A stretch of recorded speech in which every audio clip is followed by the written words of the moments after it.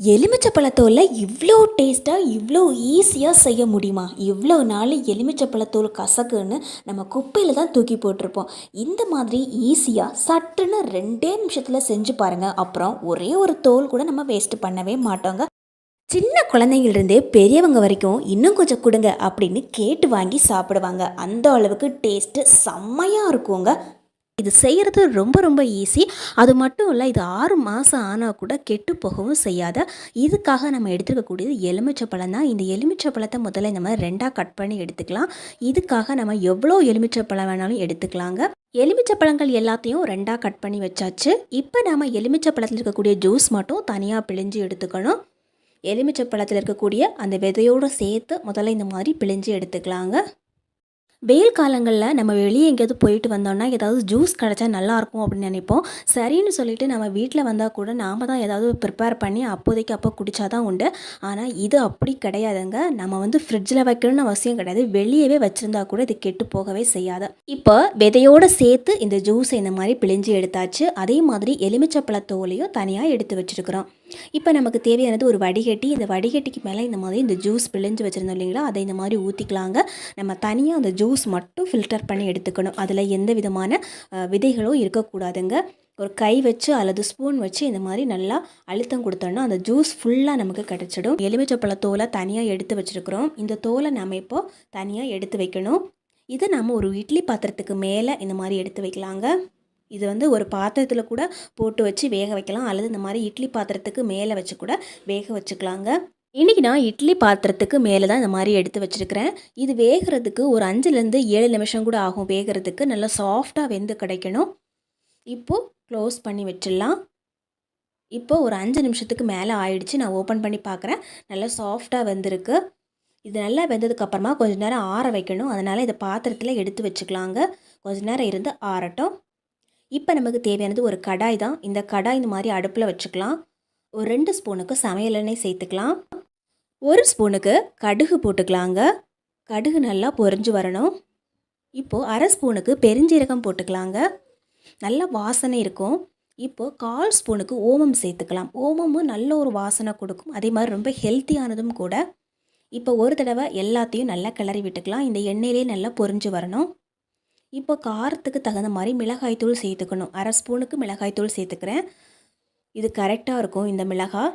இப்போ ஒரு தடவை இந்த எண்ணெயிலே நல்லா பொரிச்சு எடுத்துக்கலாம். இது இப்போ மிதமான சூட்டோடு இருக்குது.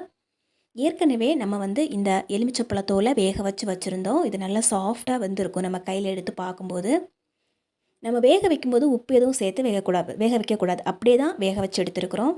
நம்ம தாளித்து எடுத்து வச்சுருக்கக்கூடிய இந்த மசாலாவை இதில் கொட்டிக்கலாம். ஏற்கனவே நம்ம எலுமிச்சப்பழ ஜூஸ் பிழிஞ்சு வச்சுருந்தோம். அதுலேருந்து 2 ஸ்பூனுக்கு மட்டும் எலுமிச்சப்பழ ஜூஸ் இதில் ஊற்றிக்கலாங்க. இப்போ எலுமிச்சப்பழ ஜூஸை இதில் ஊற்றியாச்சு. இப்போ நம்ம சேர்த்துக்க வேண்டியது இதில் இனிப்பு. சர்க்கரையோ வெல்லமோ நாட்டு சர்க்கரையோ எது வேணால் சேர்த்துக்கலாம். நான் இன்றைக்கி நாட்டு சர்க்கரை சேர்த்துருக்கிறேன். ஒரு 4 ஸ்பூனுக்கு நாட்டு சர்க்கரை போட்டோன்னா கரெக்டாக இருக்கும் இதுக்கு. இப்போ 4 ஸ்பூனுக்கு நாட்டு சர்க்கரை சேர்த்ததுக்கப்புறமா கொஞ்சமாக உப்பு சேர்த்துக்கணும். உப்பு அளவுக்கு அதிகமாக சேர்க்கக்கூடாது. ஒரு 1/4 ஸ்பூன்லேருந்து 1/2 ஸ்பூனுக்கு மட்டும் சேர்த்தா போதும். ஒரு தடவை எல்லாத்தையும் நல்லா மிக்ஸ் பண்ணி விட்டுக்கலாங்க. நார்மலாக நம்ம எலுமிச்சப்பழ தோல்லையும் எலுமிச்சை பழத்துலேயும் ஊறுகாய் தான் செய்வோம். ஆனால் இந்த மாதிரி செஞ்சு ஒரு தடவையாவது சாப்பிட்டு பாருங்கள். ரொம்ப டேஸ்டியாக இருக்கும். இன்னும் சொல்லப்போனால் குழந்தைங்கள்லாம் இதை மிட்டாய் அப்படின்னு எடுத்து சாப்பிட ஆரம்பிச்சிடுவாங்க. இதை நாம் அப்படியே விட்டு வச்சிட்டோம் அப்படின்னா ஒரு 2-3 நாளில் நல்லா ஊறிடும். ஆனால் இப்போவே கூட எடுத்து சாப்பிட்லாம், நல்லாயிருக்கும். நான் பாருங்கள் இப்போவே எடுத்து சாப்பிட்ணுன்னு ஆசையாக இருக்குது. அதனால் அப்படியே எடுத்து சாப்பிட்றேன். நம்ம எடுத்து சாப்பிடும்போது அந்த ஜூஸோடு இந்த மாதிரி சேர்த்து எடுத்து சாப்பிட்ணும். செம்ம டேஸ்டியாக இருக்குங்க. அதே மாதிரி எலுமிச்சப்பழத்தோலை நமக்கு வீணாகாத மாதிரியும் இருக்கும். எலுமிச்சப்பழத்தோலில் நிறைய சக்தி இருக்கும். ஆனால் அது கசக்கும் அப்படிங்கிற காரணத்துக்காக நாம் அதை யூஸ் பண்ணவே மாட்டோம். கண்டிப்பாக அதை தூர தான் போடுவோம் நம்ம எல்லாருமே. ஆனால் இந்த மாதிரி ஒவ்வொரு தடவை நம்ம எலுமிச்சப்பழத்தை யூஸ் பண்ணிவிட்டு இந்த தோல் மட்டும் நம்ம ஃப்ரிட்ஜில் சேகரித்து வச்சுட்டு இந்த மாதிரி செஞ்சு வைக்கலாம். குழந்தைங்க கூட விரும்பி சாப்பிடுவாங்க. நாமளும் இதை ஒரு அடிக்கடி மிட்டாய் மாதிரி எடுத்து சாப்பிட்டுக்கலாம்.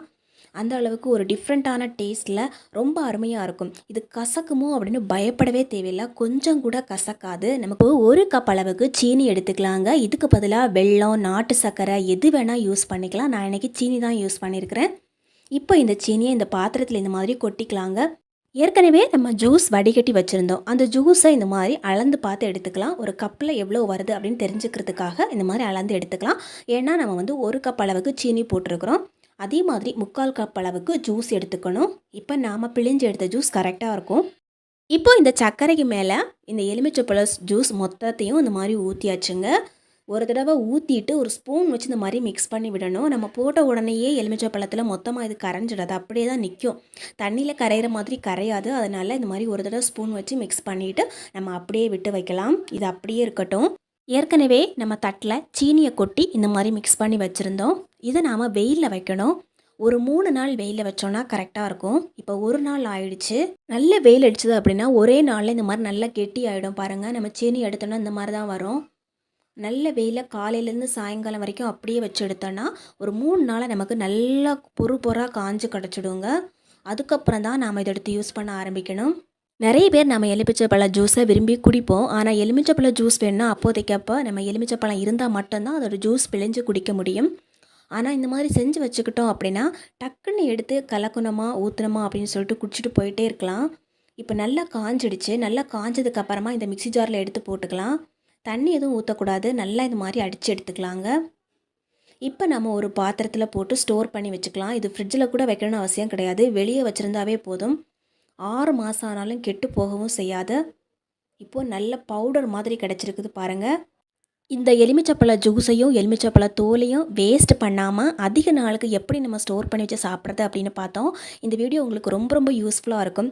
அதே சமயத்தில் இந்த வீடியோ ரொம்ப யூஸ்ஃபுல்லாக இருக்குது அப்படின்னு நினச்சிங்கன்னா கண்டிப்பாக லைக் பண்ணி சப்ஸ்கிரைப் பண்ணுங்கள். உங்கள் ஃப்ரெண்ட்ஸ் அண்ட் ரிலேட்டிவ்ஸ்க்கு கண்டிப்பாக ஷேர் பண்ணுங்கள். இப்போது நம்ம வந்து கொஞ்சமாக தண்ணி ஊற்றிட்டு இதுக்கு தேவையான அளவுக்கு பவுடர் எடுத்து இந்த மாதிரி மிக்ஸ் பண்ண வேண்டியதான். ஒரு சூப்பரான ஜூஸ் டக்குன்னு நம்ம இந்த மாதிரி ரெடி பண்ணி குடிச்சிடலாம். 1 கப் வேர்க்கடலை வச்சு நம்ம குழந்தைங்களுக்கு பிடிச்ச ரொம்ப ஈஸியான ஒரு ஸ்நாக்ஸ் தான் நம்ம இன்றைக்கி பார்க்க போகிறோம். ஒரு கடாயில் 1 கப் அளவுக்கு வெல்லம் சேர்த்துக்கலாம். இதே கப்பை நம்ம எல்லா அளவுக்கும் பயன்படுத்தலாம். 1 கப் அளவுக்கு வெல்லம் சேர்த்தாச்சு. இப்போ நம்ம சேர்க்க வேண்டியது தண்ணி. அதே கப்பில் 1 கப் அளவுக்கு பச்சை தண்ணி சேர்த்துக்கலாங்க. இப்போது தண்ணியும் சேர்த்துட்டோம். இந்த தண்ணி கூடவே நல்லா கொதிக்க வைக்கணும். அதுக்கு முன்னாடி நல்ல வாசனைக்காக 2 ஏலக்காய் சேர்த்துக்கலாம். ஏலக்காய் பவுடர் இருந்ததுன்னா அதையும் சேர்த்துக்கலாம். இப்போது கொஞ்சம் டேஸ்ட்டுக்காக ஒரு பிஞ்ச் அளவுக்கு உப்பு சேர்த்துக்கலாம். உப்பு நிறைய சேர்க்கக்கூடாது, கொஞ்சமாக தான் சேர்க்கணும். இப்போ நம்ம இதை நல்லா கொதிக்க வைக்கலாம். கொஞ்சம் நேரத்துலேயே இந்த வெல்லம் நல்லா கரைய ஆரம்பிக்கும். இந்த ஏலக்காவும் இது கூடவே கொதிக்கிறதால அதோட வாசனையும் எல்லாம் நல்லா சேர்ந்துடும். இப்போ நல்லா கொதிச்சு நல்லா கரைஞ்சிடுச்சு. இந்த மாதிரி நல்லா கொதி வர ஆரம்பிச்சிடுச்சு. நம்ம கரண்டியில் ஒரு தடவை நல்லா இந்த மாதிரி கிளறி விட்டுக்கலாம். ஒரு 5 நிமிஷத்துக்கு அப்புறமா கரண்டியில் இந்த மாதிரி எடுத்து நம்ம கையில் இந்த மாதிரி தொட்டு பார்த்தோன்னா ஒட்டணும் நமக்கு. அதுக்காக ரொம்ப நமக்கு வலுவலாக இருக்கணும் அப்படின்னு அவசியம் கிடையாது. ஜஸ்ட் இந்த மாதிரி ஒட்டுனா போதும். கையில் ஒட்டுனாவே போதும். கையில் ஒட்டும் போது நமக்கு நூல் மாதிரி வரும் இல்லைங்களா, அந்த டைமில் நமக்கு சரியான பதமாக இருக்கும். இப்போ நம்ம இதில் மாவு சேர்த்துக்கணும். அதே கப்பில் 1.5 கப் அளவுக்கு அரிசி மாவு சேர்த்துக்கலாங்க. கொஞ்சம் கொஞ்சமாக தான் மாவை கொட்டணும். நம்ம ஒரேடியாக கொட்டினோன்னா மாவு ஃபுல்லாக ஒரேடியாக கட்டி பிடிச்சிடும். அதனால் இந்த மாதிரி கொஞ்சம் கொஞ்சமாக கிளறிட்டு நம்ம கிளறி விட்டோம்னா நமக்கு அந்த அளவு கட்டி பிடிக்காது. எல்லா இடத்துலையும் அந்த வெல்லம் ஒரே மாதிரி இருக்கும். தீயை கொஞ்சம் மீடியம் ஃப்ளேமில் கம்மி பண்ணி வச்சுக்கணும். ரொம்ப ஹை ஃப்ளேம்லையும் நம்ம வச்சுக்கக்கூடாது. கொஞ்சம் கொஞ்சமாக இந்த தண்ணி எல்லாத்தையும் இந்த மாவு குடிக்க ஆரம்பிச்சிடும். கொஞ்ச நேரத்தில் இந்த மாவு கெட்டி ஆகிடும். நம்ம முதல்ல பார்க்கும்போது தண்ணி மாதிரி இருந்தாலும் இந்த மாவு வேகும்போது தண்ணி கரெக்டாகிடும். 1.5 கப் அளவுக்கு மாவு சேர்த்தோன்னா கரெக்டாக இருக்கும். இப்போ நம்ம அதே கப்பில் 1 கப் அளவுக்கு வேர்க்கடலை சேர்த்துக்கலாம். நல்லா வறுத்த வேர்க்கடலை சேர்த்துக்கணுங்க. இப்போ இது கூடவே நல்லா மிக்ஸ் பண்ணி விட்டுக்கலாம். கொஞ்சம் நேரத்திலேயே இந்த வேர்க்கடலையும் இந்த தண்ணியை எல்லாம் குடிக்க ஆரம்பிச்சிடும். இதனாலேயே அந்த மாவு நல்ல கெட்டியாக ஆரம்பிக்கும். நம்ம கிளறி விட்டதுக்கு அப்புறமா அப்படியே கொஞ்ச நேரம் விட்டு வச்சோம்னா நல்லா ஆறுனதுக்கு அப்புறமா இன்னும் கெட்டியாயிடும். இப்போ இந்த அளவுக்கு நல்ல கெட்டியாயிருக்குது. இப்போ ஓரளவுக்கு நல்லா ஆறிடுச்சு. மாவு கூடவே இந்த வேர்க்கடலையை எல்லா இடத்துலையும் படுற மாதிரி நல்லா மிக்ஸ் பண்ணி விடணும். இந்த மாவு சீக்கிரமாக கெட்டியாகிறதால வேர்க்கடலை ஒரே இடத்துல தங்கிடும். அதனால கொஞ்சம் சூடாக இருக்கும் போதே நம்ம கரண்டி வச்சு எல்லா இடத்துலையும் படுற மாதிரி மிக்ஸ் பண்ணி விட்டோம்னா ஆறும்போது நமக்கு கரெக்டாக இருக்கும். இப்போது நல்ல டேஸ்ட்டுக்காக கொஞ்சம் கருப்பு எள்ளு சேர்த்துக்கலாங்க. கருப்பு எள்ளு உடம்புக்கு ரொம்பவே நல்லது. உடல் எடையை குறைக்கிறவங்களுக்கு கருப்பு எள்ளு ரொம்ப யூஸ்ஃபுல்லாக இருக்கும். அதே சமயத்தில் குழந்தைகளுக்கு ஞாபகத்திறனையும் வளர்க்கும். கருப்பு எள்ளு இல்லை அப்படின்னா வெள்ளை எள்ளும் சேர்த்துக்கலாம். இப்போ கொஞ்சம் ஆற வச்சுக்கலாம். 10 நிமிஷத்துக்கு அப்புறமா கொஞ்சம் ஆனதுக்கப்புறம் கையிலேயே இந்த மாதிரி உருண்டை பிடிக்கணும். உருண்டை பிடிக்கும்போது கையில் கொஞ்சம் நெய் தடவிட்டு உருண்டை பிடிச்சோன்னா அந்த உருண்டைகள் நமக்கு காயும் போது டேஸ்ட் நல்லாயிருக்கும். அதே சமயத்தில் குழந்தைங்களும் ரொம்ப விரும்பி சாப்பிடுவாங்க. ரொம்ப சிம்பிளான ரொம்ப ஹெல்த்தியான ஒரு ஸ்நாக்ஸ் கண்டிப்பாக உங்கள் வீட்லேயும் செஞ்சு பாருங்கள். தேங்க்யூ ஃபார் வாட்சிங் ஃப்ரெண்ட்ஸ்.